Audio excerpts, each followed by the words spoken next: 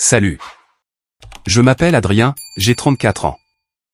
Après 12 années d'agonie à sacrifier ma jeunesse, mes relations personnelles et ma santé mentale pour sortir l'entreprise de logistique en faillite de mon père du gouffre absolu et la transformer en un empire de 75 millions de dollars, mon père s'est levé lors d'un somptueux dîner de famille. M'a regardé droit dans les yeux et a dit, « Ton frère va reprendre les rênes maintenant. » Il a ricané en le disant. Mon propre père se tenait là, devant 50 invités, levant une coupe en cristal d'un champagne coûteux tandis que ma mère hochait la tête avec une approbation fière. En une fraction de seconde, une décennie de mon sang, de ma sueur et de mes larmes a été offerte avec désinvolture à un homme qui n'avait jamais travaillé dur un seul jour de sa vie entière. Mais il y avait un détail majeur que ma famille avait complètement négligé dans son arrogance. Il n'avait absolument aucune idée des documents juridiques blindés que j'avais discrètement sécurisés des années auparavant. Et à l'heure actuelle, les personnes même qui ont tenté de m'humilier publiquement et de voler mon héritage font face à la réalité terrifiante de perdre tout ce qui leur est cher. Avant que je ne vous raconte exactement comment j'ai démantelé leur plan de succession si parfait, cliquez sur le bouton j'aime si vous croyez qu'il faut se défendre contre les membres toxiques d'une famille. Et s'il vous plaît, dites-moi depuis où vous regardez dans les commentaires ci-dessous. Votre soutien compte énormément pour moi. Maintenant, retournons à la nuit qui a changé ma vie pour toujours. La salle à manger du vaste domaine de mes parents était d'une chaleur étouffante. Ce dîner était censé être une célébration de tout ce que j'avais accompli. Nous venions de signer un contrat de distribution régionale massif avec un géant de la grande récréation, propulsant la valorisation de Dumont et compagnie au-delà de la barre des 75 millions de dollars pour la première fois de son histoire. J'avais personnellement négocié cet accord pendant 8 mois consécutifs. J'avais vécu dans des hôtels d'aéroport bon marché. J'avais survécu grâce à du café tiède et à la nourriture des distributeurs automatiques. J'avais manqué mon propre anniversaire et fait l'impasse sur le dîner de Thanksgiving simplement pour finaliser la logistique de la chaîne d'approvisionnement. Mon père, Charles, avait organisé ce dîner extravagant pour soi-disant honorer le succès monumental de l'entreprise.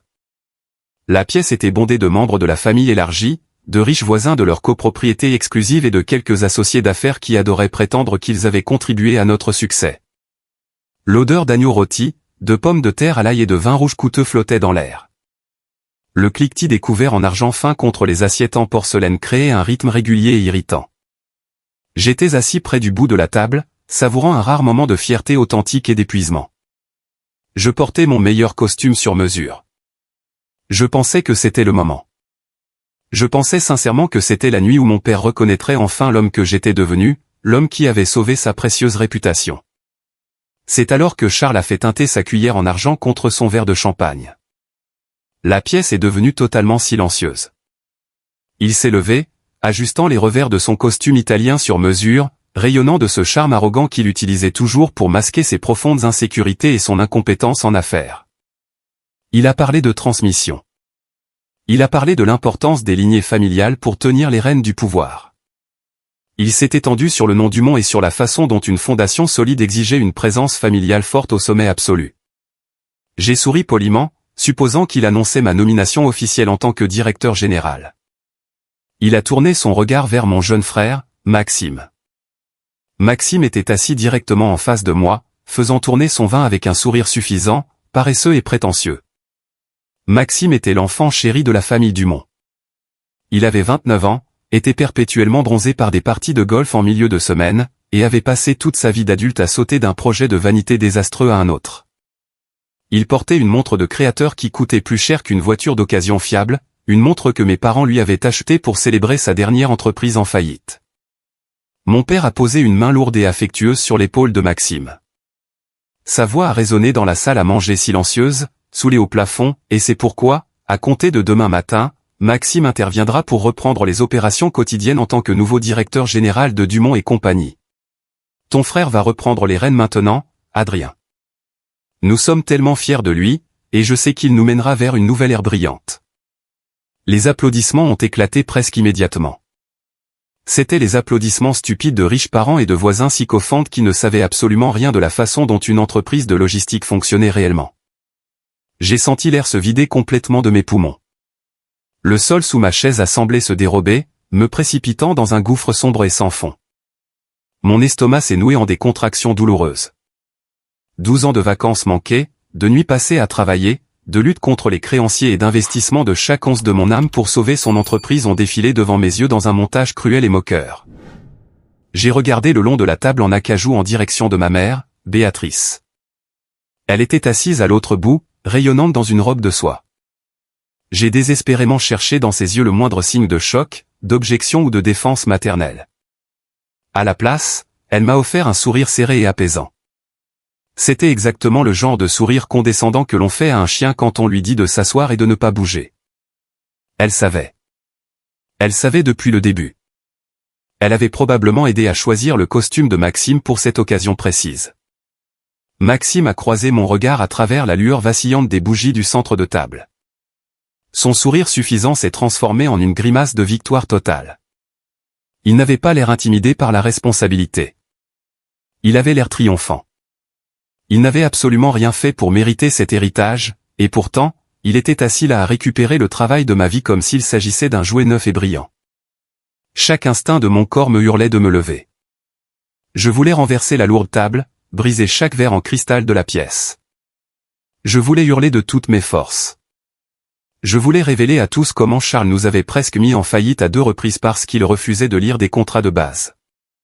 Je voulais dire à toute la salle que Maxime était un imposteur qui se noyait secrètement sous les dettes. Mais je n'ai pas bougé d'1 millimètre. J'ai serré le pied de mon verre de vin sous la table jusqu'à ce que mes articulations deviennent d'un blanc pur. J'ai pris une inspiration lente et profonde, forçant mon rythme cardiaque à se stabiliser et refoulant cette colère brûlante au plus profond de mon estomac. On ne survit pas dans la logistique d'entreprise à haute valeur ajoutée en piquant des colères émotionnelles. On survit en étant plus froid, plus calculateur et plus intelligent que la personne assise en face de soi. J'ai levé mon verre bien haut dans les airs. J'ai plaqué sur mon visage le sourire le plus convaincant et le plus chaleureux que j'ai pu trouver. À Maxime, ai-je dit, ma voix fluide, forte et parfaitement projetée pour que chaque personne présente dans la pièce puisse m'entendre.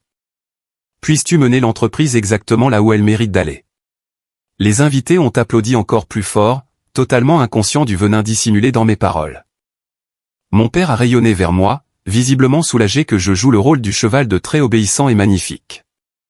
Il pensait que j'étais brisé. Il pensait que mon esprit était écrasé et que j'allais simplement me coucher, accepter ma rétrogradation et passer le reste de ma vie à faire valoir Maxime. Le dîner s'est éternisé pendant 2 heures atroces. J'ai joué mon rôle à la perfection. J'ai serré la main des voisins. J'ai présenté mes félicitations polies à mon frère. J'ai même serré fermement la main de Maxime, le regardant droit dans ses yeux arrogants sans ciller. Dès l'instant où le voiturier a ramené ma voiture et que j'ai refermé la lourde portière derrière moi, le masque est tombé instantanément. J'ai conduit jusqu'à chez moi dans un silence total et étouffant. Les lumières de la ville défilaient de manière floue sur mon pare-brise tandis que je serrais le volant. La trahison coupait plus profondément que tout ce que j'avais vécu au cours de mes 34 années de vie. Il ne s'agissait pas seulement d'un titre de poste ou d'un salaire de direction massif. C'était une question de respect. C'était la prise de conscience écrasante et indéniable que, pour mes parents, je n'avais jamais été un fils. J'étais un employé. J'étais un outil jetable qu'ils utilisaient pour générer une richesse immense afin de financer le style de vie somptueux et insouciant de leur enfant chéri. Je me suis garé dans l'allée de ma paisible maison de banlieue. J'ai traversé mon salon sombre sans m'arrêter, ignorant le voyant clignotant de mon répondeur, et je me suis dirigé directement vers mon bureau à la maison. J'ai verrouillé la porte derrière moi et j'ai allumé la lourde lampe de bureau en laiton. Mes doigts ont volé sur le clavier pour réveiller mon ordinateur. J'ai contourné complètement les serveurs cloud standards de l'entreprise. J'ai fouillé dans le tiroir du bas de mon bureau et j'ai sorti un disque dur externe lourdement crypté. Je l'ai branché et j'ai tapé un mot de passe de 20 caractères. J'ai fait défiler des années de projections financières détaillées, d'actes immobiliers commerciaux et de dossiers confidentiels d'employés jusqu'à ce que je trouve un dossier spécifique étiqueté simplement aux sauvegardes exécutives. J'ai cliqué pour ouvrir un document PDF numérisé. Il faisait 70 pages de long, rempli de jargon juridique dense et impénétrable que je connaissais sur le bout des doigts. J'ai fait défiler directement jusqu'à la page 42. Là, me fixant en noir et blanc, se trouvaient 3 signatures, celle de mon père et le sceau officiel d'un notaire public de l'État. Je me suis adossé à mon lourd fauteuil en cuir, fixant l'écran lumineux dans la pièce sombre. Un calme froid et dangereux a envahi tout mon corps. Mon père voulait jouer à un jeu impitoyable de trône d'entreprise. Il pensait détenir toutes les cartes parce que son nom était peint en lettres argentées sur le côté du bâtiment. Il se trompait lourdement. Demain matin, il allait recevoir la leçon la plus dure et la plus dévastatrice de sa vie. Pour comprendre pleinement l'ampleur de ce que je m'apprêtais à faire, il faut comprendre les cendres absolues desquelles j'avais rebâti cette entreprise. Il faut comprendre les 12 années de souffrance silencieuse qui avaient mené à ce point de rupture unique. Quand j'avais 22 ans, fraîchement diplômé d'une grande université avec un diplôme de commerce et la tête pleine de projets ambitieux, Dumont et compagnie était un navire qui coulait rapidement. Mon père avait détruit l'entreprise régionale de logistique par pure arrogance et un refus total et obstiné de s'adapter aux technologies modernes. Nous avions une flotte de camions obsolètes qui tombaient constamment en panne sur l'autoroute, un personnel profondément démoralisé et des dettes croissantes qui menaçaient d'anéantir tout ce que notre famille possédait. J'avais des projets concrets pour entrer dans une prestigieuse faculté de droit. Ma vie entière était planifiée. Mais mon père est venu me voir un soir, l'air plus vieux, plus petit et plus désespéré que je ne l'avais jamais vu. Il s'est assis à notre table de cuisine, a pris sa tête dans ses mains et m'a supplié d'intervenir. Il m'a dit que c'était mon devoir absolu envers la famille. Il a dit que si je ne l'aidais pas, il perdrait la maison, les voitures et toutes leurs économies de retraite. J'ai annulé mes demandes d'inscription en droit dès le lendemain. J'ai rangé mes costumes impeccables, j'ai retroussé mes manches et j'ai pénétré dans un entrepôt glacial qui sentait fort le carburant diesel, le café tiède et la ruine financière imminente. Pendant les 4 premières années, ma vie a été un cauchemar permanent. Je travaillais régulièrement 80 heures par semaine. Je dormais sur un lit de camp en toile bosselée dans le bureau arrière, me réveillant à 3 heures du matin pour gérer les urgences de répartition. J'ai personnellement accompagné des chauffeurs de camions en colère pour comprendre les inefficacités de leurs itinéraires. J'ai pris les décisions brutales que mon père était trop lâche pour prendre. J'ai licencié le personnel inutile qu'il avait gardé par loyauté mal placée. J'ai lutté bec et ongles pour mettre en œuvre un logiciel de suivi qui nous a fait entrer de force dans le XXIe siècle. Je n'ai pas touché de véritable salaire pendant les 3 premières années. Chaque centime que je réussissais à rassembler retournait directement dans la survie de l'entreprise. Pendant que mes amis d'université achetaient leur première maison, prenaient des vacances en Europe et cotisaient à leur compte d'épargne retraite, je repoussais agressivement des créanciers féroces et suppliais les banques locales pour obtenir des délais de grâce de 30 jours. Et où était Maxime pendant tout ce sang, cette sueur et ces larmes? Maxime vivait dans un condo de luxe en centre-ville, entièrement financé par les économies déclinantes de mes parents. C'était le rêveur charismatique, l'artiste, le visionnaire qui attendait simplement son heure de gloire. Tous les 6 mois, il avait une nouvelle idée brillante de start-up qui était garantie de rapporter des millions et de changer le monde. D'abord, ce fut une application haut de gamme de promenade de chiens qui a englouti 200 000 $ d'argent d'amorçage avant même son lancement. Ensuite, ce fut une société de conseil en crypto-monnaie haut de gamme qui s'est effondrée de manière spectaculaire en un an, laissant derrière elle une traînée massive d'investisseurs en colère et de promesses vides. Chaque fois que Maxime échouait, mon père était là avec le chéquier de l'entreprise pour nettoyer discrètement les dégâts. Charles détournait de manière créative des fonds de notre budget opérationnel pour sortir Maxime d'affaires. Il a même hypothéqué en secret certains de nos terrains commerciaux de premier choix pour obtenir un prêt à taux d'intérêt élevé afin de couvrir un procès massif auquel Maxime faisait face lorsqu'une de ses entreprises ridicules avait violé de manière flagrante les lois fédérales sur le travail.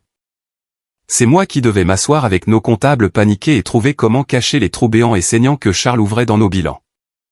C'est moi qui devais me tenir dans la salle de pause, regarder nos directeurs d'entrepôt travailleurs dans les yeux et leur dire que le programme de participation de l'entreprise devait être suspendu pour l'année. Sachant pertinemment que l'argent était allé payer les dettes de jeu et les frais juridiques de Maxime. Chaque fois que je confrontais mon père à propos de ce vol flagrant, il m'écartait d'un geste dédaigneux.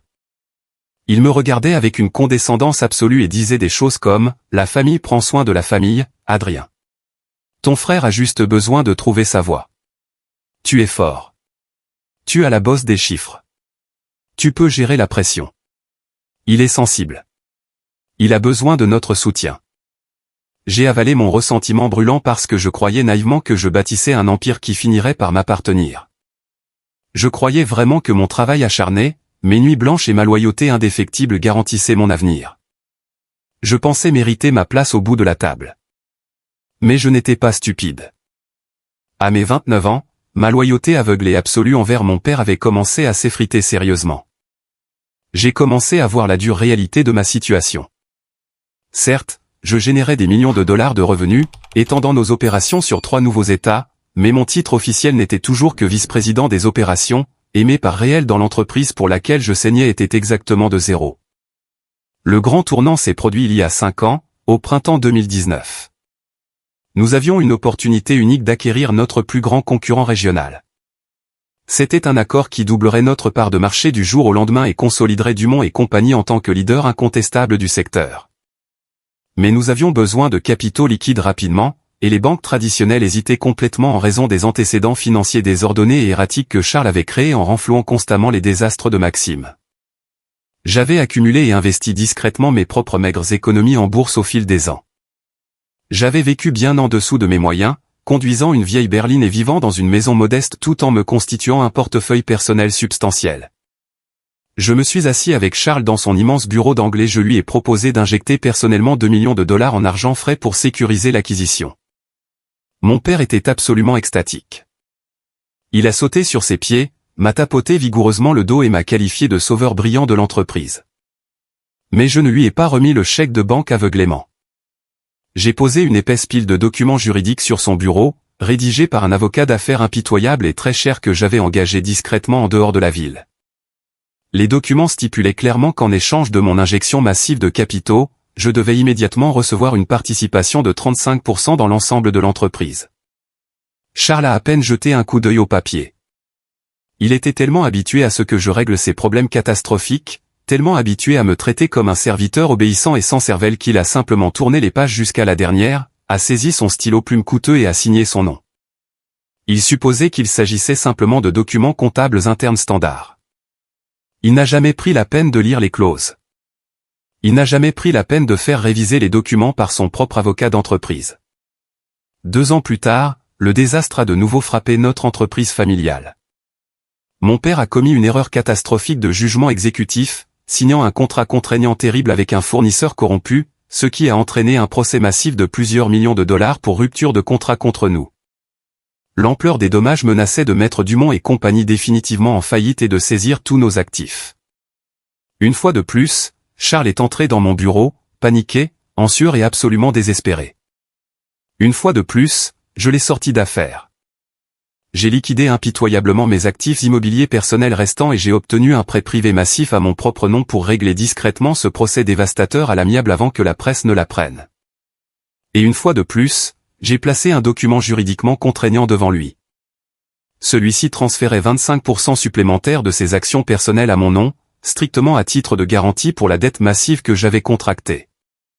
Une clause très spécifique et indéniable du contrat stipulait que si l'entreprise ne remboursait pas l'intégralité de mon prêt personnel avec intérêt dans un délai de 24 mois, les actions passeraient définitivement et de manière irréversible sous ma propriété exclusive.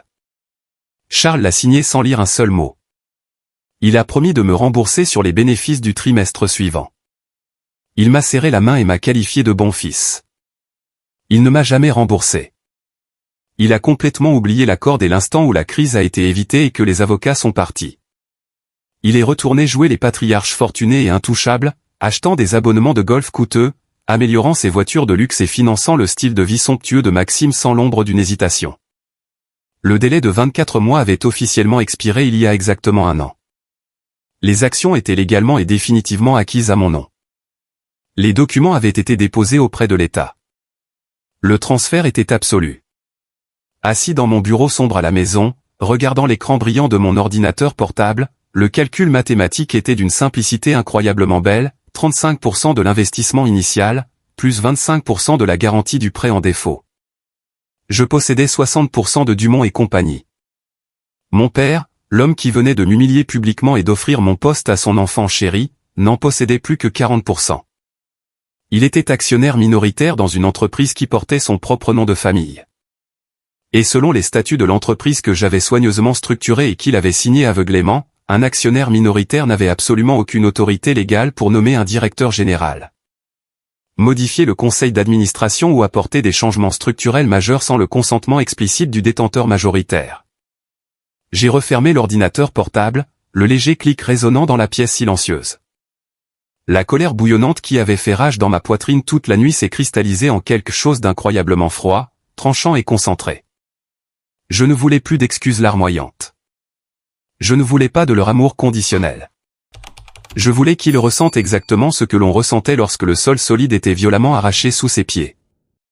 Je voulais qu'ils regardent dans l'abîme de la perte de tout ce qu'ils croyaient mériter. J'ai réglé mon réveil pour 5 heures du matin. J'ai préparé mon costume le plus élégant et le plus net. Demain, je n'allais pas travailler. J'allais à la guerre. Je suis arrivé au siège de l'entreprise à exactement 6h30 le lendemain matin. Le soleil se levait à peine sur la ligne d'horizon de la ville, jetant de longues ombres nettes sur la vaste façade de verre du bâtiment de Dumont et compagnie. J'ai traversé le hall d'entrée vide et silencieux, le clic sec de mes chaussures en cuir résonnant bruyamment sur le sol en marbre poli. Je me suis rendu directement dans mon bureau d'angle, j'ai verrouillé la lourde porte en chêne derrière moi et j'ai commencé à préparer le champ de bataille. J'ai disposé sur mon grand bureau les grands livres financiers détaillés, les pactes d'actionnaires certifiés et les statuts de l'entreprise reliés comme des armes dans une armurerie soigneusement organisée. Je me suis assuré que chaque signature était surlignée, chaque clause clairement marquée. Dès 8h30, le bâtiment a commencé à s'animer. Le bourdonnement familier et chaotique du département logistique vibrait régulièrement sous mes pieds. Mais il y avait une énergie distinctement différente dans l'air aujourd'hui, une énergie toxique, nerveuse et lourde. J'ai déverrouillé ma porte et je me suis rendu à la salle de pause de la direction pour me servir une tasse de café noir. Alors que je marchais dans le couloir moquetté, les bavardages matinaux habituels se sont brusquement arrêtés. Les gens ont rapidement baissé les yeux vers leur téléphone, ont fait semblant de lire des dossiers ou se sont soudainement montrés très intéressés par le motif des dalles de sol. Personne ne m'a dit bonjour. J'ai vu Damien, notre directeur des relations publiques incroyablement arrogant, debout près de la fontaine à eau. Lorsqu'il m'a vu approcher, ses yeux se sont détournés nerveusement comme ceux d'un enfant coupable. Il tenait une pile épaisse de dossiers glacés fraîchement imprimés. Je n'avais pas besoin d'en lire la couverture pour savoir exactement ce qu'ils contenaient. C'étaient les communiqués de presse officiels annonçant mon départ soudain pour poursuivre d'autres opportunités et l'ascension glorieuse et triomphante de Maxime au poste de PDG.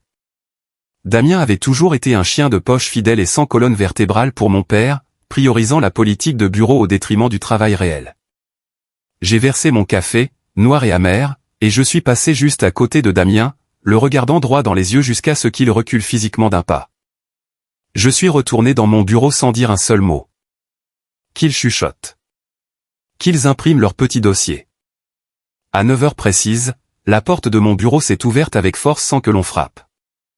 Mon père est entré, vêtu d'un costume bleu marine foncé bien coupé, ressemblant en tout point au roi conquérant inspectant son royaume. Maxime le suivait de près, tenant une mallette en cuir neuve et ridiculement chère qui semblait n'avoir jamais contenu le moindre document utile de toute son existence. Maxime sautillait pratiquement sur place d'excitation contenue, un sourire arrogant plaqué sur le visage. « Adrien » a dit mon père, sa voix forte, résonnante et autoritaire. Il n'a pas demandé à s'asseoir. Il s'est tenu directement au-dessus de mon bureau, essayant intentionnellement de dominer l'espace physique.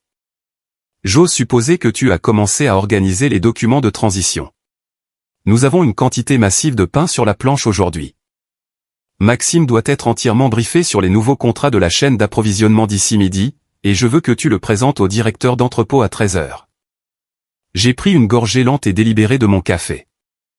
M'adossant à mon fauteuil en cuir, j'ai regardé Maxime, qui s'efforçait de son mieux d'avoir l'air sévère et professionnel, mais qui finissait simplement par ressembler à un petit garçon jouant à se déguiser dans les vêtements surdimensionnés de son père.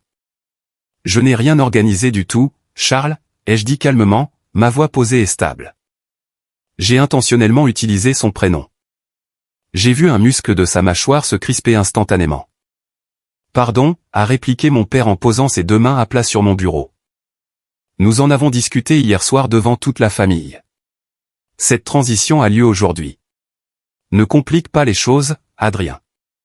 Sois un joueur d'équipe pour une fois dans ta vie et fais ce qui est le mieux pour le nom du monde. » Il n'y a pas de transition, ai-je répondu, ma voix totalement dépourvue d'émotion. Je suis le PDG de cette entreprise. Je la dirige depuis une décennie et je ne vais nulle part. Maxime a ricané bruyamment, jetant sa mallette immaculée sur l'un de mes fauteuils d'invité avec un bruit sourd et théâtral. L'audace absolument stupéfiante de ce parasite inutile me disant que j'étais brûlé m'a presque fait rire à haute voix. Avant que je ne puisse répondre et le remettre à sa place, la porte du bureau s'est de nouveau ouverte. Je m'attendais à ce que ce soit Émilie, ma directrice financière et ma plus fidèle alliée dans tout le bâtiment. Mais ce n'était pas elle. C'était Thibaut. Thibaut était notre directeur des opérations. C'était un homme d'une fin de cinquantaine d'années qui travaillait dans l'entreprise depuis avant même que je ne sois diplômé de l'université. Quand j'avais commencé à nettoyer les désastres catastrophiques de mon père, Thibaut avait été mon mentor. Il m'avait enseigné les détails complexes et épuisants de la gestion des itinéraires longue distance. Nous avions travaillé côte à côte dans les tranchées pendant plus d'une décennie. Lorsque sa femme était tombée malade il y a 3 ans, je m'étais personnellement battu contre la compagnie d'assurance pour m'assurer que ses traitements soient couverts par notre régime d'entreprise. Je lui faisais une confiance aveugle. Il était comme un oncle pour moi. Thibaut est entré dans le bureau et s'est tenu directement à côté de mon père. Il gardait ses yeux fixés fermement sur le sol. Et refusait de me regarder. « Thibaut » ai-je dit en plissant les yeux, un frisson soudain me parcourant l'échine. « Qu'est-ce qui se passe ici ? Pourquoi es-tu dans cette réunion ?» Mon père a affiché un large sourire, une grimace prédatrice et profondément satisfaite. Thibaut et moi avons eu une réunion de petit déjeuner très productive ce matin au club. Il convient qu'un changement majeur de direction est exactement ce dont Dumont et compagnie a besoin pour passer au niveau supérieur de rentabilité. J'ai fixé Thibaut. Le poids de la trahison m'a frappé plus fort et plus vite que l'humiliation du dîner de la veille. Il ne s'agissait plus d'un petit drame familial. C'était du commerce. C'était mon premier cercle, mon général de confiance retournant ses armes contre moi. « C'est vrai, Thibaut » ai-je demandé, en gardant ma voix dangereusement basse, essayant de contenir ma rage après tout ce que nous avions construit ensemble, après que j'ai maintenu cette entreprise entière à flot pendant la récession pour que tu ne perdes pas ta retraite et ta maison. Thibaut a finalement levé les yeux. Son visage a rougi sous l'effet d'un mélange écœurant de culpabilité et d'avidité débordante. Ce n'est rien de personnel, Adrien. Tu dois comprendre. Charles a présenté une stratégie de croissance agressive très convaincante. Maxime a des idées innovantes concernant l'intégration technologique.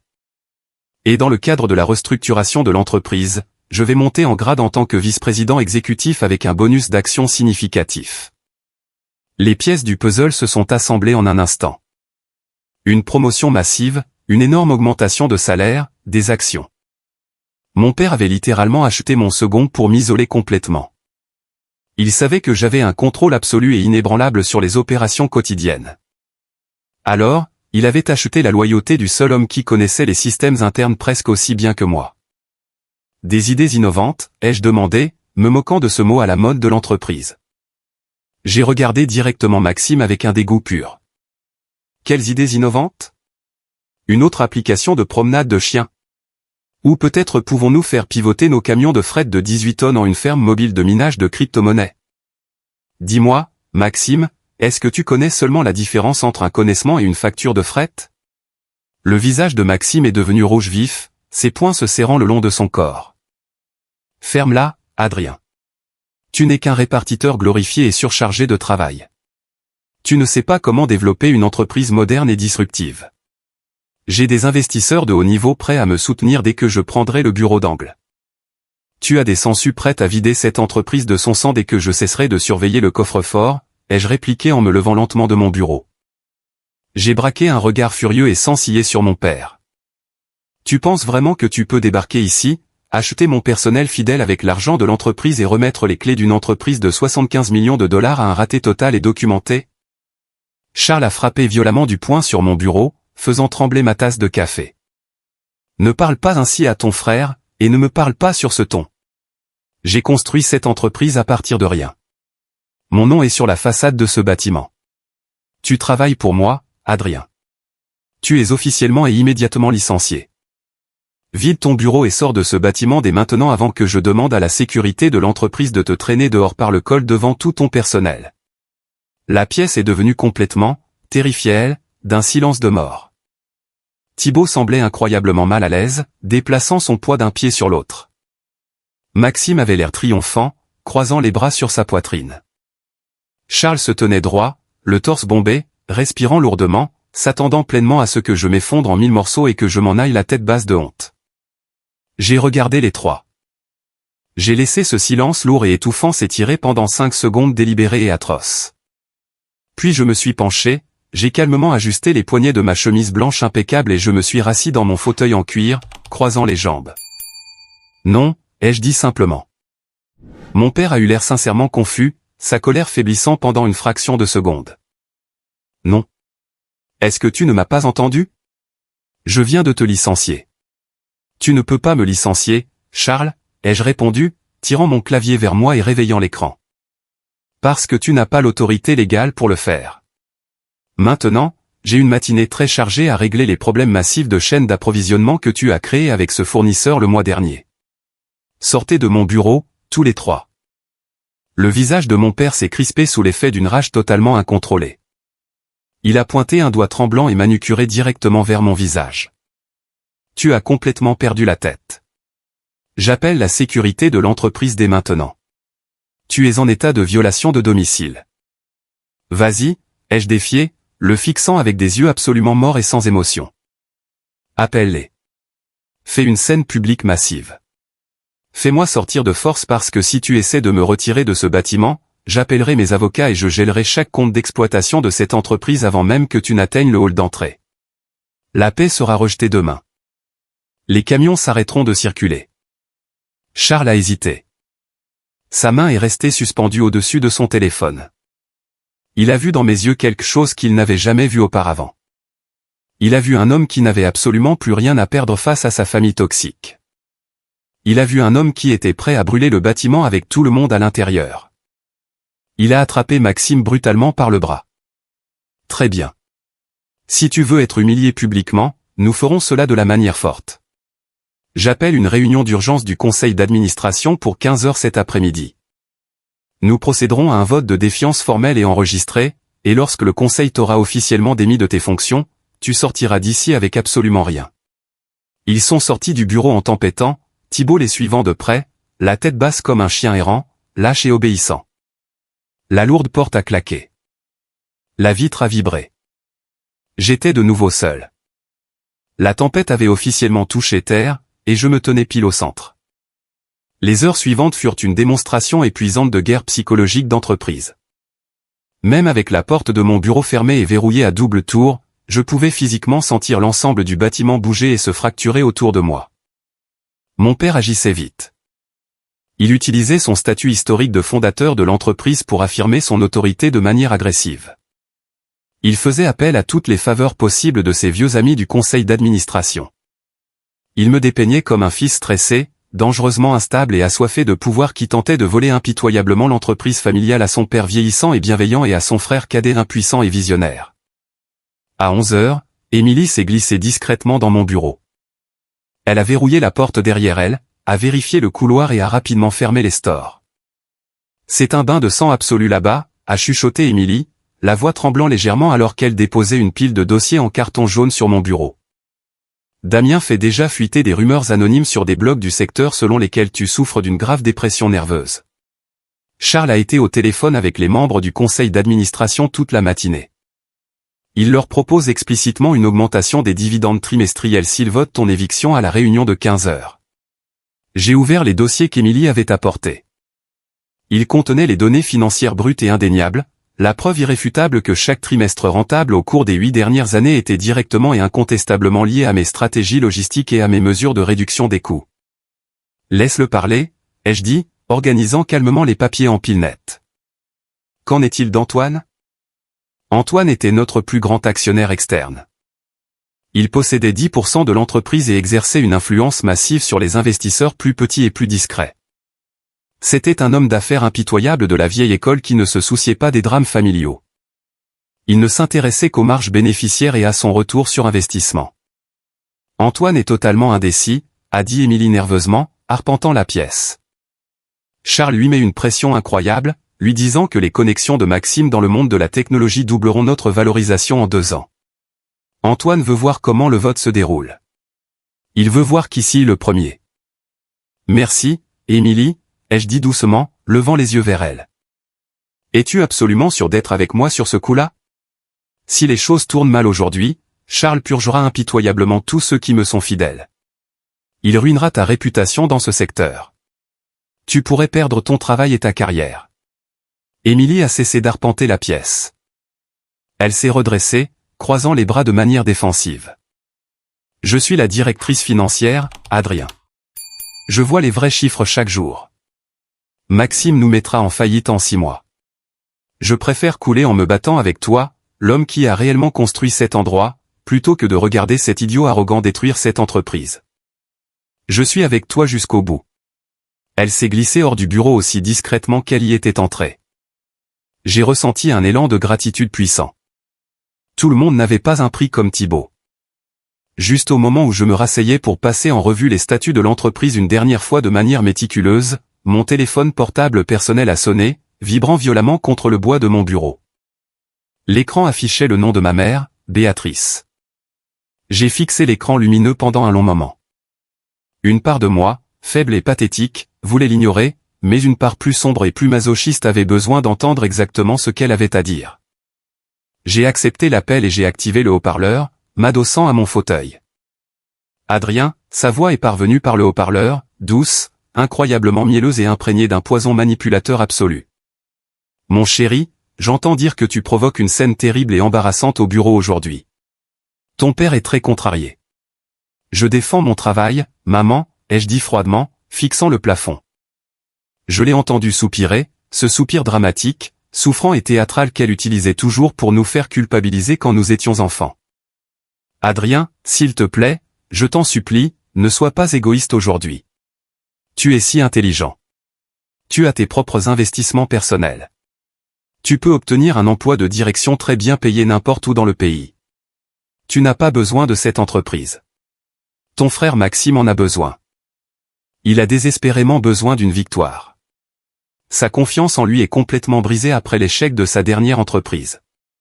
Il a besoin de se sentir important. Il n'a pas besoin d'une victoire, maman.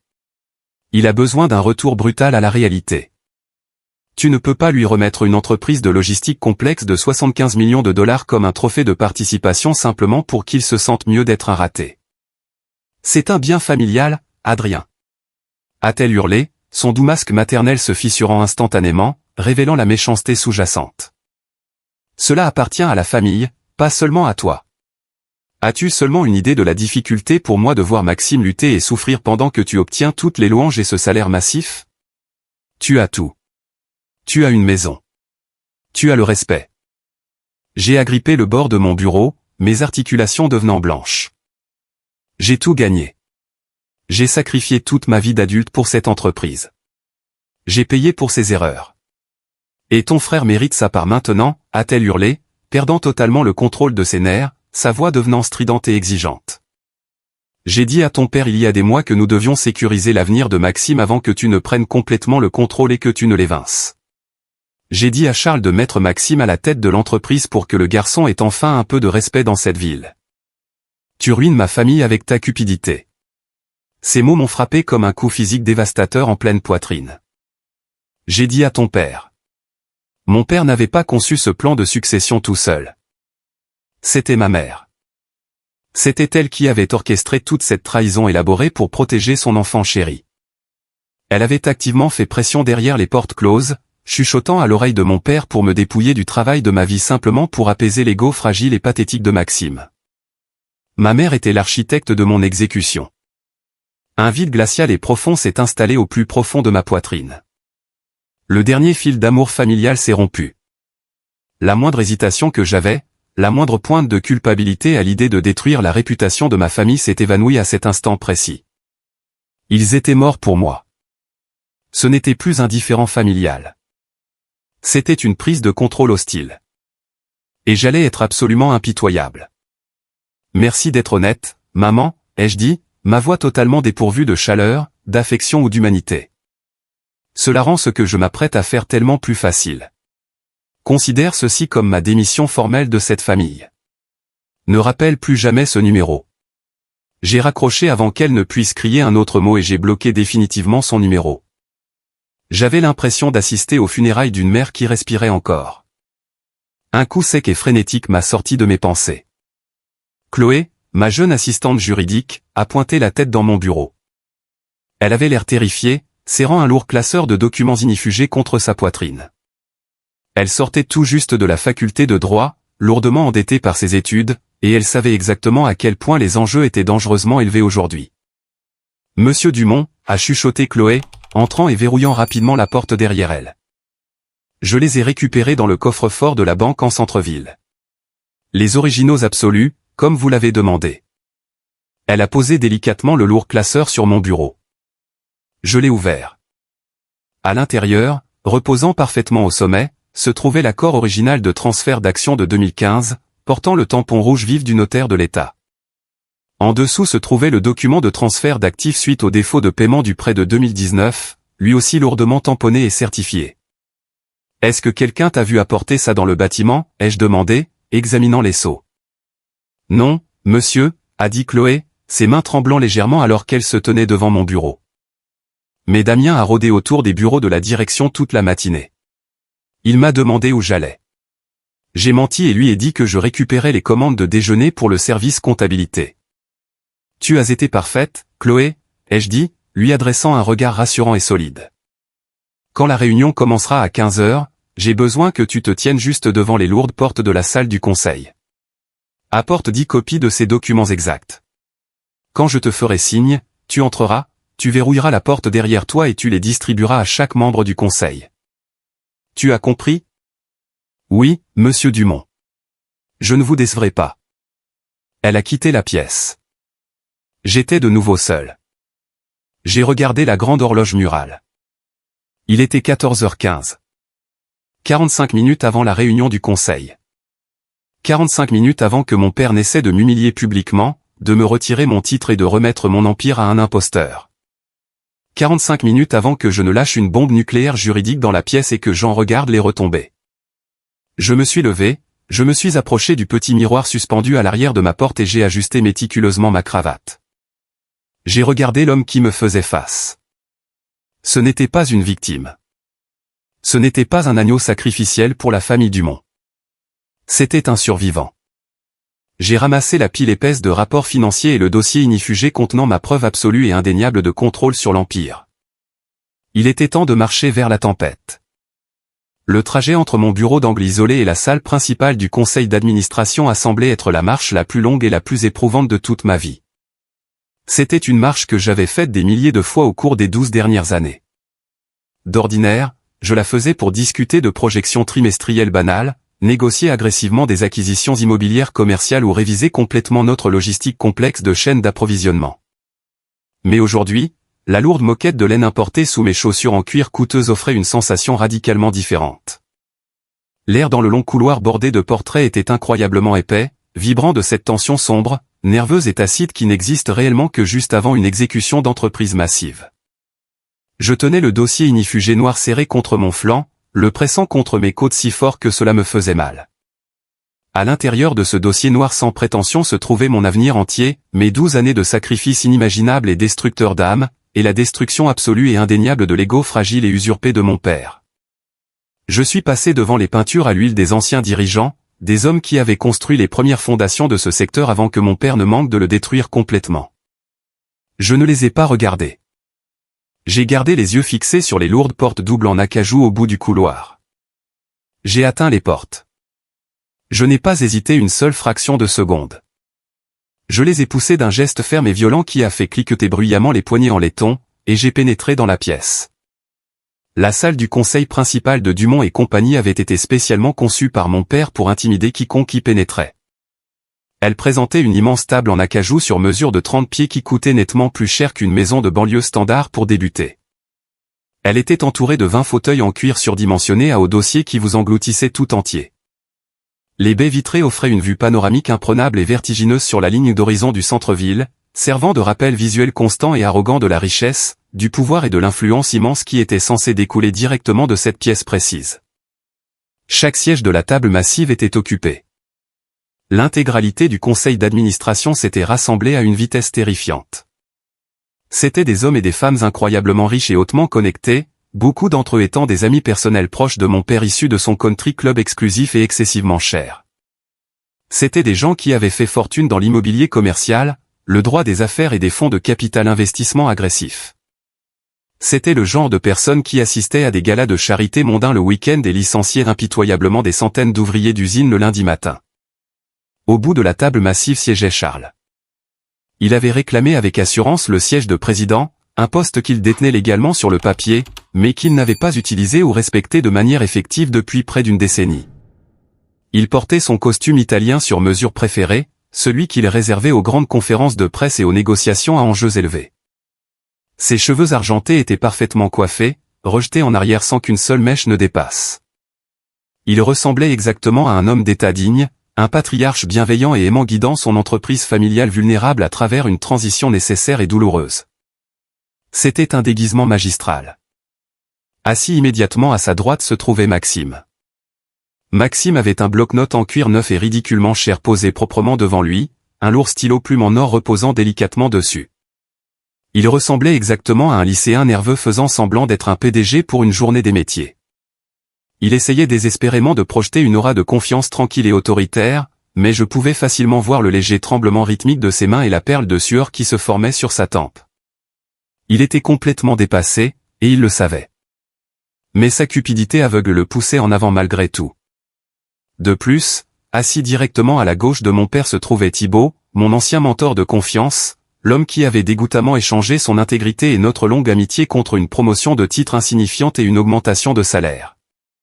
Thibaut refusait totalement de regarder dans ma direction alors que j'entrais dans la pièce.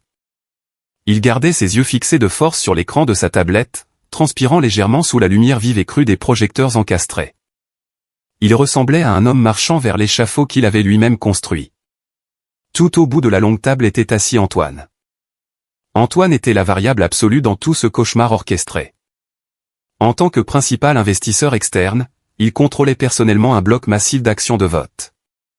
C'était un homme impitoyable et incroyablement vif qui avait construit son propre empire à partir de rien après avoir grandi dans une pauvreté sévère. Il ne se souciait pas de l'héritage de la famille Dumont. Il ne se souciait pas des connexions de mon père au country club ou de leur handicap de golf partagé. Il ne s'intéressait qu'aux marges bénéficiaires, à la responsabilité juridique et à l'efficacité opérationnelle impitoyable. Antoine a croisé directement mon regard lorsque je suis entré, son expression totalement indéchiffrable, agissant comme un juge silencieux et terrifiant, attendant de voir exactement comment les gladiateurs allaient se battre dans l'arène. Je n'ai pas pris mon siège habituellement attribué près du bout de la table. J'ai refusé de m'asseoir près d'eux. À la place, je me suis rendu à l'extrémité opposée de la pièce, me tenant directement face à mon père à travers 30 pieds de bois poli. J'ai posé délicatement mon dossier ignifugé noir sur la table.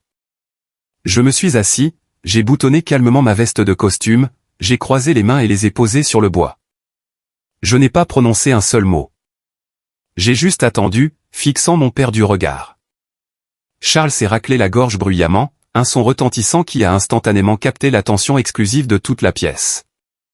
Il s'est penché en avant avec grâce, posant ses coudes sur la table, joignant ses doigts manucurés et affichant son expression faciale la plus solennelle et la plus profondément préoccupée. C'était une performance absolument magistrale. Si je ne connaissais pas le monstre absolu et indéniable caché sous ce costume coûteux, j'aurais presque pu croire à ses mensonges. Mesdames et messieurs du conseil d'administration, a commencé Charles, sa voix baissant d'un octave complet pour paraître incroyablement grave et sérieuse. Je vous remercie tous de vous être réunis dans un délai aussi court.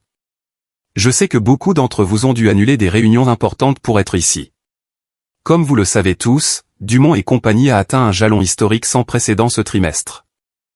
Nous sommes officiellement une entreprise de 75 millions de dollars. Et bien que nous devions absolument célébrer ce succès incroyable et chèrement acquis, il est de notre devoir fiduciaire strict de regarder au-delà d'aujourd'hui et de sécuriser l'avenir à long terme de cette institution. Il a fait une pause dramatique, laissant le silence lourd s'installer dans la pièce froide et climatisée. Il a jeté un regard profondément triste et apitoyé tout au long de la table, me ciblant directement. Un murmure bas et collectif a circulé dans la grande salle. Plusieurs membres du conseil d'administration se sont agités inconfortablement dans leurs fauteuils en cuir et m'ont jeté des regards latéraux nerveux. La campagne de relations publiques empoisonnée de Damien avait clairement fonctionné exactement comme prévu. Le faux récit était parfaitement ancré dans leurs esprits. J'étais le cheval de trait instable, dangereusement surchargé de travail, qu'il fallait humainement mettre au vert pour son propre bien avant que je ne détruise l'entreprise. Adrien a désespérément besoin de repos, a continué Charles, sa voix dégoulinant d'une fausse sollicitude paternelle épaisse qui me soulevait le cœur. Il doit s'éloigner du travail quotidien, peut-être prendre un congé sabbatique prolongé en Europe, et se concentrer entièrement sur sa santé personnelle déclinante.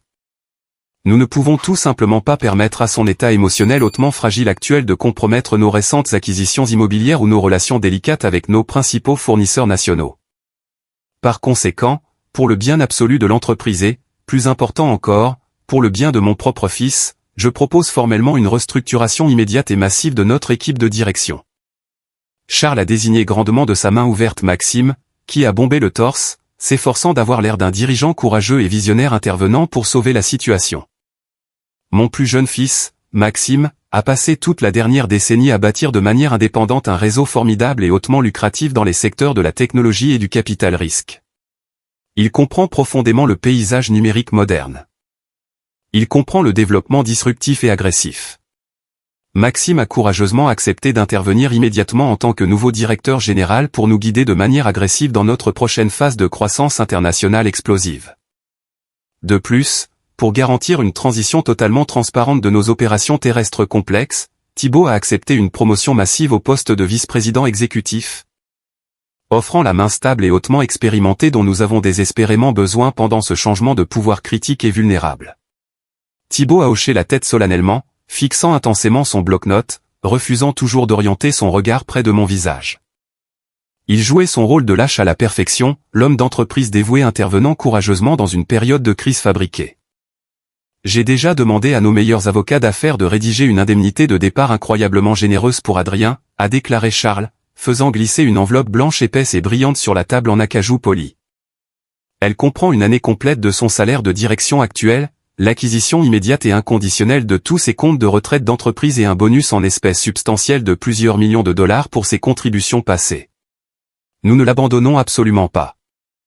Nous sommes une famille. Nous le soulageons simplement d'un fardeau lourd qu'il n'est plus mentalement capable de porter. Charles s'est adossé profondément dans son fauteuil, croisant les bras sur sa poitrine avec un air de satisfaction suffisant et absolu. Le piège était parfaitement tendu. Le faux récit était complètement hermétique. Pour un observateur extérieur, pour ces riches membres du conseil, cela ressemblait exactement à une intervention d'entreprise compatissante, nécessaire et aimante, orchestrée par un père soucieux de sauver une entreprise hautement profitable des mains d'un dirigeant épuisé et défaillant. J'appelle officiellement à un vote immédiat du conseil, a annoncé Charles, ses yeux se plantant dans les miens avec une malveillance absolue, indéniable et glaciale. Un vote formel de défiance quant à la capacité mentale et professionnelle d'Adrien Dumont à continuer d'exercer ses fonctions de PDG, et un vote contraignant simultané pour nommer instantanément Maxime Dumont comme son successeur permanent. Antoine, en tant que principal actionnaire externe, je te demande d'appuyer la motion dès maintenant afin que nous puissions procéder. La salle entière a retenu son souffle collectif. La climatisation bourdonnait bruyamment en arrière-plan. Tout le monde a tourné lentement la tête pour regarder directement Antoine. Antoine a retiré lentement, méthodiquement ses lunettes de lecture. Il a regardé intensément Charles, étudiant son visage pendant un long moment. Puis il a regardé tout au bout de la table, ses yeux perçants se plantant dans les miens. Il a tapoté son stylo en métal lourd en rythme contre son bloc-notes. Clic, clic, clic.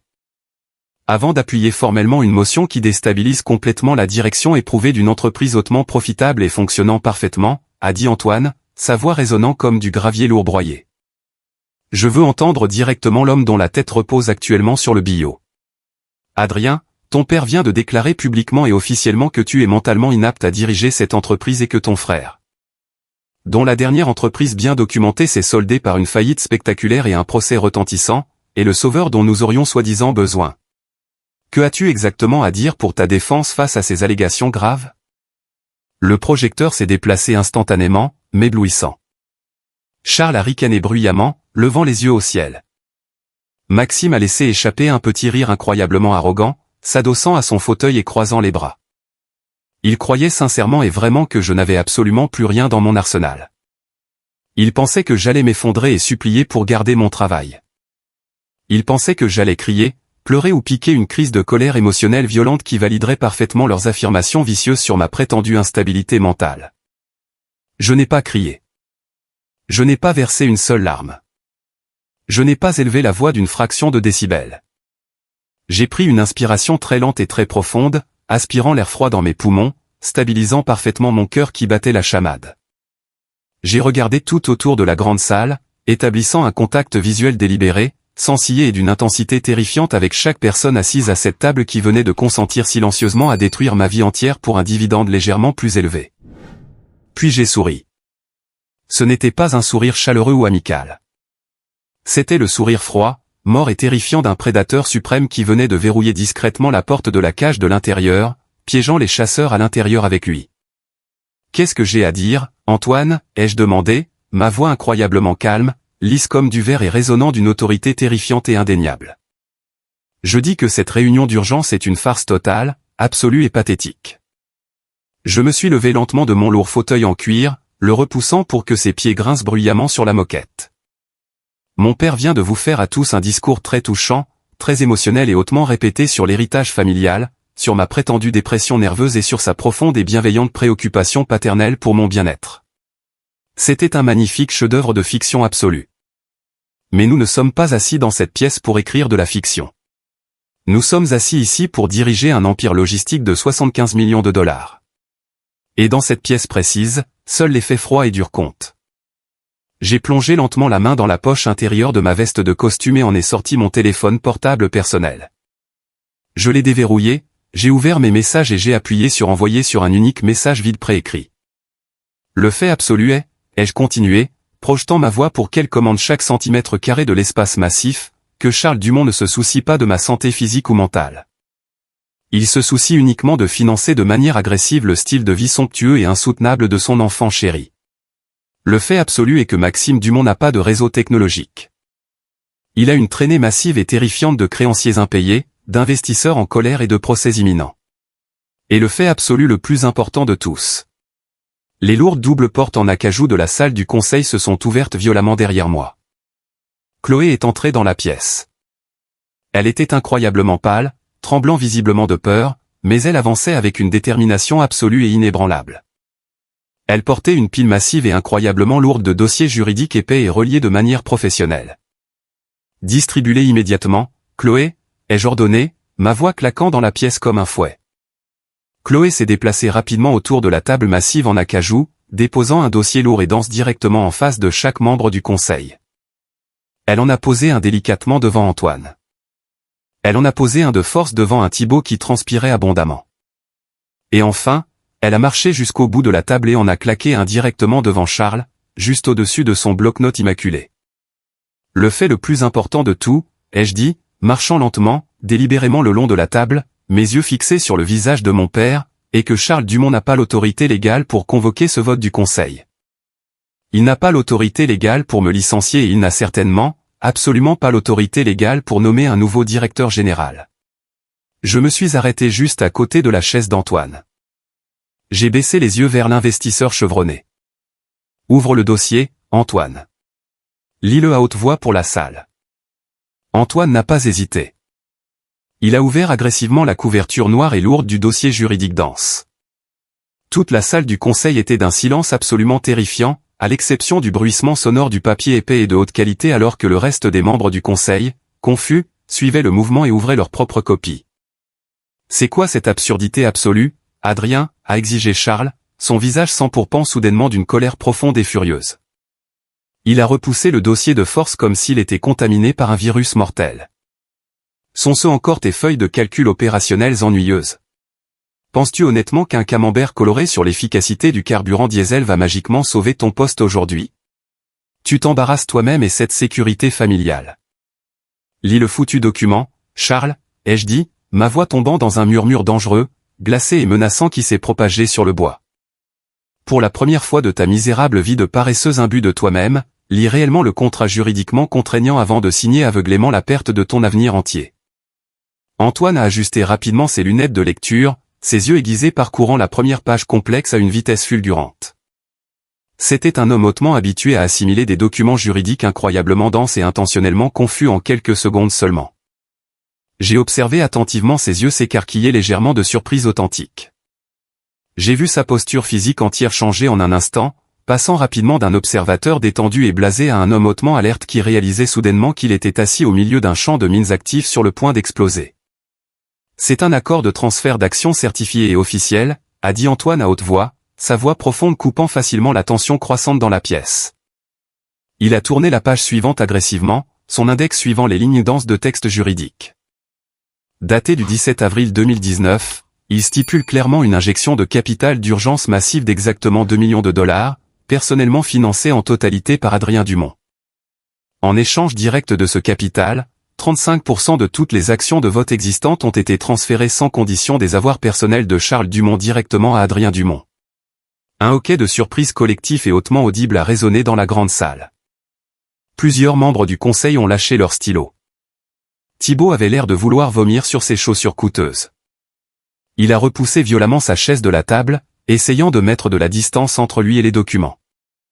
C'est un mensonge complet, a hurlé Maxime de toutes ses forces, frappant violemment la table en acajou du poing. Son visage de jeune cadre supérieur arrogant s'était instantanément brisé, remplacé entièrement par une panique pure et brute. C'est une falsification flagrante. Il a imité les signatures. Papa, dis-leur tout de suite que c'est un faux. Dis-leur d'appeler la police. Tourne immédiatement à la page 4, Antoine, ai-je ordonné, ignorant totalement l'accès d'hystérie pathétique de mon jeune frère. Antoine a tourné la page épaisse. Ce document est un transfert d'actifs suite au défaut de paiement d'un prêt, a-t-il lu, sa voix devenant nettement plus forte, empreinte d'une incrédulité totale. Daté du 3 novembre 2021. Il détaille minutieusement un prêt personnel massif contracté entièrement par Adrien Dumont pour régler rapidement le procès dévastateur de rupture de contrat d'un fournisseur. Un procès massif que Charles Dumont avait personnellement provoqué par sa négligence crasse. La garantie déclarée pour ce prêt privé était un bloc distinct de 25% des actions personnelles restantes de Charles Dumont. La clause de pénalité spécifique stipule que si le prêt n'était pas remboursé en totalité, intérêts compris, dans un délai d'exactement 24 mois. Antoine s'est arrêté brusquement de lire. Il a levé les yeux lentement des papiers, tournant son regard directement vers mon père. Charles agrippait maintenant les bords de la table en acajou si fort que ses articulations étaient blanches et tremblaient. Son visage s'était vidé de toute couleur humaine. Il ressemblait exactement à un homme très âgé en train de faire une crise cardiaque massive directement sur sa chaise. Le délai de 24 mois a expiré il y a exactement un an aujourd'hui, ai-je déclaré d'une voix forte et claire, laissant les mots lourds suspendus dans l'air froid comme la hache affûtée d'un exécuteur. Le prêt n'a jamais été remboursé. Pas un seul centime n'a jamais été transféré sur mes comptes. La clause de défaut juridique s'est automatiquement et définitivement activée. Les documents de transfert finaux ont été légalement déposés, entièrement certifiés, tamponnés par le notaire de l'État et enregistrés par le registre de l'entreprise. C'est une question de dossier public incontestable. N'importe quel avocat de la ville peut le vérifier en 10 minutes. J'ai marché lentement, délibérément vers le bout de la table massive, me tenant directement entre mon père figé et mon frère en hyperventilation. J'ai baissé les yeux vers eux avec un mépris pur, brut et écrasant. Faisons le calcul de base maintenant, puisqu'aucun de vous ne semble mentalement capable de le faire, ai-je dit, ma voix résonnant nettement contre les grandes baies vitrées. 35% provenant du rachat d'actions initiales pour nous sauver de la faillite. 25% provenant de la garantie du prêt en défaut pour te sauver de la prison. Je possède légalement et incontestablement 60% de Dumont et compagnie. 60%. Je me suis penché lourdement sur la table polie, posant mes deux mains fermement sur le bois, approchant mon visage à quelques centimètres des yeux grands ouverts, terrifié et fuyant de mon père. Tu ne possèdes plus que 40%, Charles, ai-je chuchoté d'une voix dure, assez forte pour que chaque membre du conseil terrifié l'entende clairement. Tu n'es qu'un actionnaire minoritaire dans une entreprise qui porte ton nom de famille. Tu ne contrôles pas ce conseil d'administration. Tu ne contrôles pas l'avenir de cette entreprise. Tu ne me contrôles absolument pas. Selon les statuts de l'entreprise que tu as toi-même signés aveuglément sans les lire, toute transition de direction majeure, y compris le licenciement d'un PDG, nécessite un vote strict à la majorité qualifiée de 75%. Une majorité qualifiée que tu n'auras jamais de toute ta vie. Le silence lourd dans la salle massive était absolument assourdissant. C'était le bruit violent d'un empire commercial de 75 millions de dollars changeant de main de manière permanente et en temps réel. Maxime s'est levé violemment de sa chaise, la renversant en arrière. Son visage était crispé par une rage et une terreur totalement incontrôlées. Il ressemblait exactement à un enfant gâté et méchant à qui l'on venait de retirer définitivement son jouet préféré et le plus cher. Tu as planifié ça depuis le début, a hurlé Maxime, pointant un doigt tremblant vers mon visage, de la salive volant de ses lèvres. J'ai éclaté de rire, un rire incroyablement dur, sans humour et terrifiant qui a fait reculer physiquement plusieurs membres du conseil sur leur siège. Ton droit de naissance, espèce de parasite arrogant, inutile et pathétique. J'ai passé 12 années d'agonie à saigner pour cette entreprise pendant que tu jouais aux faux entrepreneurs avec l'argent volé de papa. J'ai entièrement sacrifié ma jeunesse, mes relations et ma santé mentale pour payer personnellement tes dettes de jeux massives et tes startups ratées. Tu n'as pas de droit de naissance. Tu as un sentiment de supériorité cancéreux entièrement financé par mon travail acharné. J'ai détourné immédiatement mon attention de l'enfant hurlant pour regarder directement mon père. Charles était complètement brisé. Le patriarche arrogant et intouchable qui était entré avec assurance dans mon bureau quelques heures plus tôt avait totalement disparu, s'était évaporé. Il s'était effondré dans son fauteuil en cuir, paraissant incroyablement vieux, incroyablement petit et entièrement vaincu. Il réalisait enfin l'ampleur monumentale et catastrophique de sa propre arrogance aveugle. Il m'avait littéralement remis les clés de tout son royaume simplement parce qu'il était trop paresseux et se sentait trop supérieur pour lire les papiers de base posés devant lui. Adrien, a chuchoté Charles d'une voix rauque, tremblant violemment, de vraies larmes se formant au coin de ses yeux vieillissants. Adrien, s'il te plaît. Tu ne peux pas me faire ça. Je suis ton père. Je t'ai élevé. C'est l'héritage de notre famille. Nous pouvons régler cela ensemble. Nous pouvons partager le pouvoir. Je vais immédiatement te nommer qui PDG avec Maxime. S'il te plaît, mon fils, ne me prends pas tout. Ne me laisse pas sans rien. Tu as perdu le droit de t'appeler mon père à la seconde précise où tu as conspiré avec ma mère pour me poignarder dans le dos autour d'une table, ai-je répondu, ma voix complètement éteinte, dénuée de toute pitié ou pardon. Tu ne voulais certainement pas partager le pouvoir ce matin quand tu es entré dans mon bureau privé et m'as licencié illégalement. Tu ne te souciais pas de mon héritage durement gagné quand tu as activement tenté de m'humilier publiquement et de détruire ma réputation devant ce conseil d'administration entier. Tu as creusé cette tombe toi-même, Charles.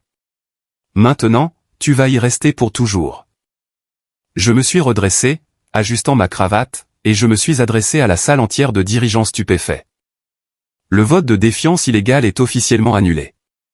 La nomination ridicule de Maxime Dumont est définitivement annulée. Je suis le seul directeur général et je suis le propriétaire majoritaire absolu de cette entreprise. Des questions? Personne n'a bougé. J'ai lentement tourné mon regard froid vers Thibaut. L'homme était pratiquement en hyperventilation, fixant son dossier ouvert avec une horreur pure et absolue, serrant sa poitrine. Thibaut, ai-je dit sèchement, comme un coup de fouet, il a sursauté sur sa chaise. Ta promotion de direction massive est définitivement annulée. En fait, ton contrat de travail chez Dumont et compagnie est résilié pour motif grave avec effet immédiat. Tu as exactement 10 minutes pour vider ton bureau, emballer tes affaires personnelles et rendre définitivement ton badge d'accès au bâtiment. Si tu es encore dans ce bâtiment dans exactement 11 minutes, je demanderai à la sécurité de l'entreprise de te jeter physiquement à la rue, et je te ferai arrêter personnellement pour violation de propriété. Hors de ma vue. Thibaut a ouvert la bouche pour parler, pour supplier pour son travail, pour s'excuser de sa trahison, mais il a regardé profondément dans mes yeux et n'a vu qu'un mur de briques. Il est sorti maladroitement de sa chaise, laissant tomber son stylo coûteux sur le sol, et a pratiquement couru hors de la salle du conseil dans une panique totale, les lourdes doubles portes claquant derrière lui. Puis j'ai tourné mon attention vers Maxime et Charles. J'avais un dernier coup dévastateur et écrasant à porter pour mettre fin à cette guerre une fois pour toutes. Quant à vous deux, ai-je dit calmement, croisant fermement les bras sur ma poitrine, je vais vous donner un choix incroyablement généreux et totalement injustifié vu ce que vous avez tenté de me faire aujourd'hui. J'ai regardé directement Maxime. Option 1, Maxime, tu peux rester. Je te donne un emploi à temps plein au service du courrier au sous-sol. Tu toucheras le salaire horaire minimum standard. Tu relèveras directement d'un superviseur d'équipe strict. Tu gagneras physiquement ton maigre salaire à la sueur de ton front pour la première fois de ta vie pathétique et protégée. Et toi, Charles, tu peux conserver tes 40% de parts minoritaires inutiles et siéger tranquillement au conseil, ne parlant que lorsqu'on t'adresse la parole, avec absolument aucun pouvoir de vote sur la direction de l'entreprise. Maxime avait l'air absolument révolté, son visage se tordant de dégoût. Il est hors de question que je travaille dans un service du courrier dégoûtant. J'ai un master en communication. Je suis un cadre. Option 2, ai-je continué fermement, lui coupant la parole. Je rachète formellement vos 40% de parts restants, mais je ne les rachèterai absolument pas à la valorisation actuelle de 75 millions de dollars. Je forcerai un rachat à la valeur exacte que l'entreprise avait il y a 12 ans, lorsque tu as failli la mener à la faillite totale avant que je n'intervienne pour la sauver. Je vous donnerai des miettes. Vous prendrez cet argent dérisoire, vous signerez immédiatement un accord de non-divulgation contraignant et vous ne remettrez plus jamais les pieds dans ce bâtiment ou dans ma vie.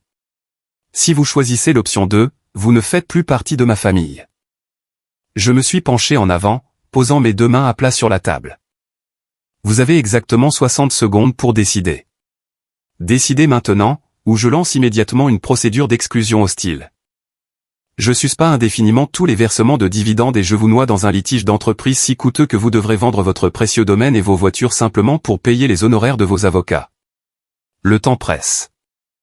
Le silence étouffant qui a suivi mon ultimatum brutal était incroyablement lourd, imprégné de l'odeur métallique indéniable d'une défaite humiliante absolue.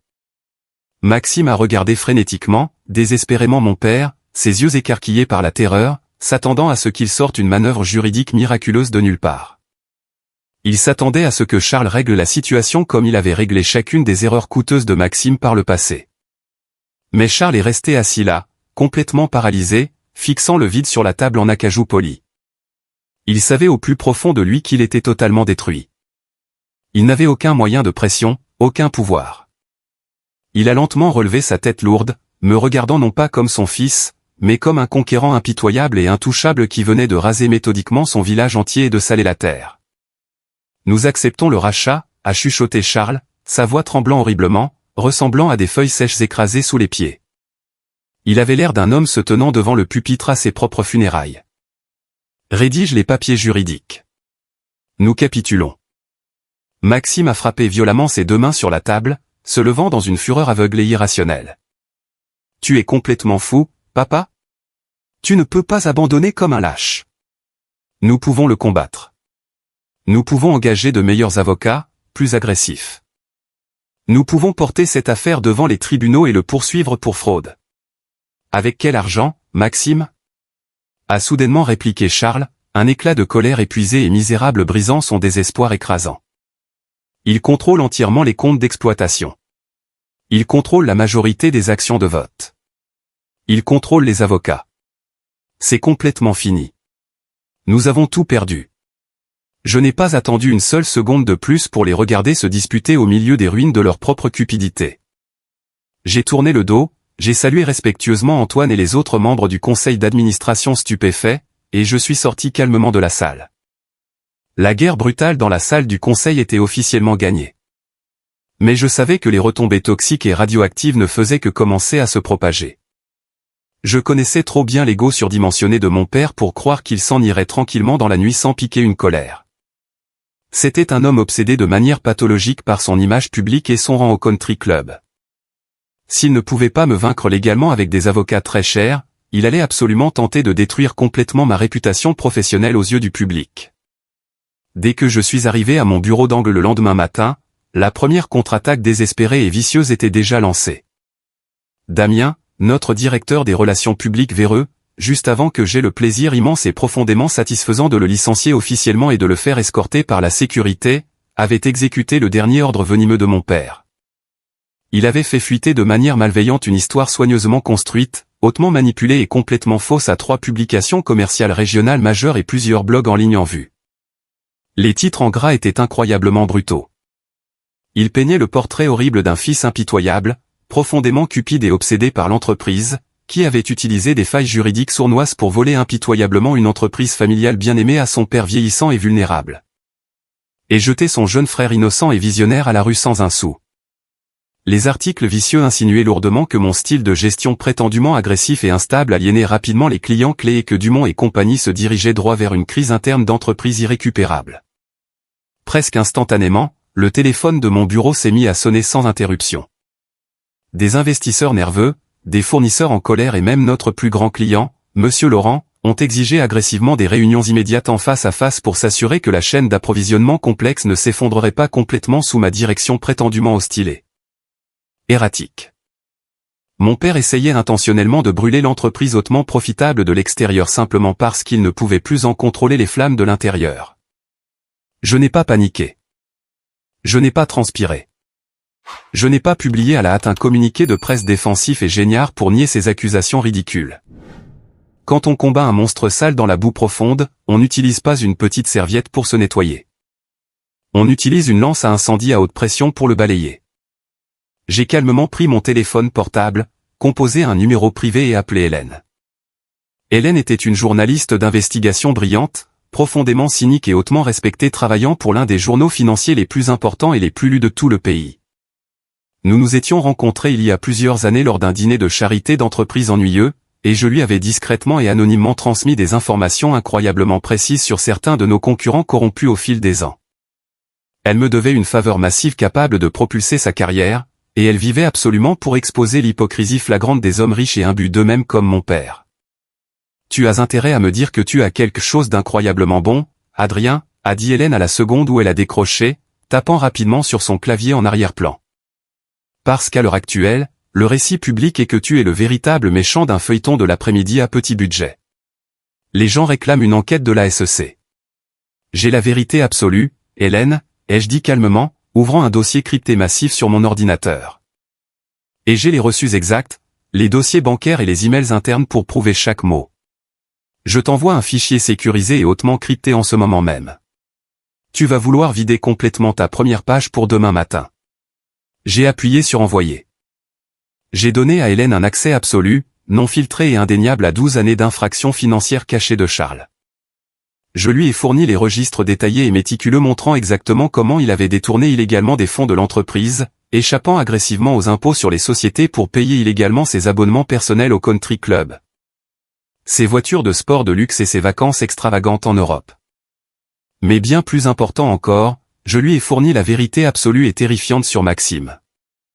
C'était le dernier rebondissement brutal et dévastateur que ma mère avait tenté si désespérément et si pathétiquement de cacher lorsqu'elle m'avait supplié au téléphone de me retirer et de capituler. Maxime n'était pas seulement un entrepreneur légèrement raté qui avait eu de la malchance. Maxime se noyait activement sous une quantité massive et terrifiante de dettes illégales. Sa dernière entreprise de crypto-monnaie n'avait pas seulement échoué, il avait emprunté lourdement auprès de prêteurs privés très dangereux et totalement non réglementés, essentiellement des usuriers, pour maintenir l'escroquerie à flot. Maxime ne voulait pas désespérément le titre de PDG parce qu'il avait une vision brillante pour l'avenir de l'entreprise. Il voulait ce titre de direction parce qu'il avait un besoin urgent de l'autorité absolue pour autoriser des virements bancaires massifs et non contrôlés directement depuis les comptes de l'entreprise. Son plan pathétique consistait à détourner illégalement des millions de dollars des comptes d'exploitation de Dumont et compagnie pour rembourser rapidement ses créanciers hautement dangereux avant qu'ils ne lui brisent physiquement les jambes ou pire. Si j'avais capitulé pour faire plaisir à ma mère, Maxime aurait mis l'entreprise de 75 millions de dollars en faillite de manière irréversible en moins de 6 mois simplement pour sauver temporairement sa propre peau. Hélène n'a pas seulement publié un article standard. Elle a lâché une bombe journalistique massive et incontournable sur la ville entière. L'histoire massive a éclaté exactement 48 heures plus tard, affichée en première page et dominant chaque journal télévisé financier. Le titre ne mentionnait pas un fil cupide. On pouvait y lire en lettres grasses, derrière le mirage, comment un PDG a sauvé son entreprise d'une décennie de fraude de son père et des dettes secrètes et dangereuses de son frère. L'article incroyablement détaillé présentait méticuleusement chaque sauvetage illégal manqué, chaque dollar détourné de l'entreprise et mettait à nu le motif criminel et désespéré de Maxime pour cette prise de contrôle hostile. Cela m'a complètement et totalement réhabilité aux yeux du public et du marché. Cela m'a dépeint non pas comme un voleur, mais comme le gardien unique et épuisé qui s'était tenu courageusement aux portes et avait protégé les employés innocents, les investisseurs travailleurs et l'héritage de l'entreprise de deux parasites absolus. La réaction publique massive contre mon père et mon frère a été instantanée, brutale et entièrement dévastatrice. Le country club exclusif que Charles aimait tant, l'endroit qui définissait toute son estime de soi, lui a demandé discrètement mais fermement de démissionner immédiatement de son adhésion pour éviter d'apporter ce scandale horrible sur leur pas de porte. Les investisseurs louches restants de Maxime l'ont instantanément abandonné, le menaçant activement, et il a été rapidement contraint de fuir complètement l'État. S'installant dans un appartement bon marché et délabré à l'autre bout du pays pour se cacher dans une terreur absolue de ses créanciers agressifs. Je me suis assis confortablement dans mon bureau calme, sirotant mon café, regardant les alertes de nouvelles défiler les unes après les autres sur mon écran d'ordinateur. Je les avais complètement détruits. Je leur avais retiré leur argent volé, leur fausse réputation et leur immense fierté. J'ai calmement pris mon stylo en or préféré, signé les papiers de rachat incroyablement bon marché et effacé officiellement et légalement Charles et Maxime Dumont de Dumont et compagnie pour toujours. 6 longs mois incroyablement productifs ont passé. La tempête violente et chaotique qui avait menacé ma vie et ma carrière s'était enfin complètement dissipée, laissant derrière elle un ciel clair, incroyablement lumineux et sans nuages. Dumont et compagnie a subi une restructuration d'entreprise massive, impitoyable et entièrement nécessaire. Je ne me suis pas contenté de licencier officiellement Thibaut et Damien, j'ai éliminé agressivement chaque cadre toxique, responsable paresseux et membre corrompu du conseil qui s'était aligné sur le régime toxique et inefficace de mon père. J'ai promu uniquement sur la base du mérite absolu, de la loyauté féroce et de la compétence indéniable, et non sur la lignée ou les connexions de country club. J'ai promu définitivement Émilie au poste de directrice des opérations, récompensant sa loyauté inébranlable lorsque j'étais sous le feu des critiques. Et j'ai fait de Chloé la directrice officielle et grassement payée de notre tout nouveau service juridique interne. Sans mon père détournant secrètement et constamment les comptes d'exploitation pour financer les échecs interminables de Maxime, et complètement libéré du poids étouffant et lourd de ses décisions obsolètes, arrogantes et craintives. L'entreprise de logistique n'a pas seulement survécu à la mauvaise presse, elle a littéralement explosé. Nous avons décroché de manière agressive 3 nouveaux contrats de distribution nationaux massifs que mon père avait précédemment jugés trop risqués. Nous avons entièrement mis en œuvre les systèmes de routage automatisés hautement avancés que mon père avait obstinément bloqués pendant des années parce qu'il ne comprenait pas les ordinateurs. Exactement 6 mois après avoir pris le contrôle absolu et incontesté du conseil d'administration, nos rapports financiers trimestriels sont tombés, nous avons officiellement franchi la barre des 100 millions de dollars de valorisation. Brisant chaque record financier de la longue histoire de l'entreprise. J'avais réussi à bâtir un empire intouchable et hautement profitable, et pour la première fois de ma vie entière, je n'avais pas à partager la moindre once de crédit avec un homme qui me méprisait secrètement. Exactement 1 an après ce dîner de famille fatidique et incroyablement humiliant où ils avaient tenté de gâcher ma vie, mon assistante de direction est entrée dans mon bureau, l'air légèrement nerveuse, et m'a dit que j'avais un visiteur inattendu qui m'attendait dans le hall principal. Je ne prenais généralement pas de réunions impromptues, mais lorsqu'elle m'a murmuré le nom, j'ai arrêté de taper. C'était Charles. Je l'ai laissé attendre là-bas pendant exactement 30 minutes atroces avant d'autoriser la sécurité de l'entreprise à le faire monter par l'ascenseur privé jusqu'à mon bureau d'angle. Lorsque les lourdes portes en chêne se sont ouvertes, j'ai à peine reconnu l'homme brisé qui se tenait là. Le patriarche incroyablement arrogant, imposant et élégamment vêtu avait totalement disparu. Il portait un costume gris bon marché de prêt-à-porter qui semblait un peu trop grand pour sa silhouette vieillissante. Ses cheveux argentés, autrefois parfaitement coiffés, s'était considérablement éclairci, devenant d'un blanc pur, et il marchait avec un affaissement léger et incroyablement vaincu dans les épaules. Il ressemblait exactement à un vieil homme fatigué, ordinaire et complètement brisé. Il ne s'est pas avancé vers mon bureau avec assurance comme autrefois, il est resté nerveusement près de la porte, attendant une permission explicite pour s'approcher. « Bonjour, Adrien » a dit Charles, sa voix incroyablement basse, rauque, dépourvue de toute son ancienne autorité tonitruante. « Charles » ai-je répondu froidement, sans lui proposer de s'asseoir. Je me suis adossé à mon fauteuil en cuir, gardant le bureau massif entre nous comme un bouclier physique. J'ai lu les derniers rapports trimestriels en ligne, a-t-il dit, désignant vaguement d'une main tremblante les grandes fenêtres. 100 millions de dollars. Tu l'as fait. Tu l'as emmené tellement plus loin que je n'aurais pu l'imaginer dans mes rêves les plus fous. Je l'ai fait, ai-je dit simplement, n'offrant absolument aucune autre explication. Je ne ressentais absolument rien en le regardant, aucune colère persistante, aucun ressentiment amer, aucun désir désespéré d'obtenir son approbation paternelle. Juste une indifférence profonde, glaciale et inébranlable. Il a avalé sa salive péniblement, regardant ses chaussures bon marché. Ta mère, Béatrice, a officiellement demandé le divorce il y a 3 mois.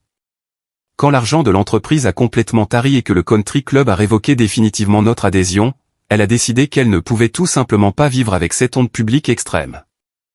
Elle s'est installée dans un petit appartement en Floride. Maxime.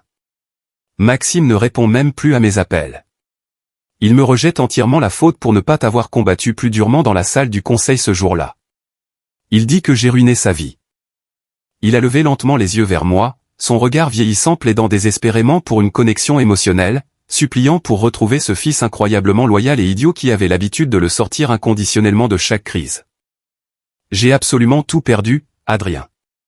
Mon entreprise, ma femme, mes 2 fils, ma réputation entière.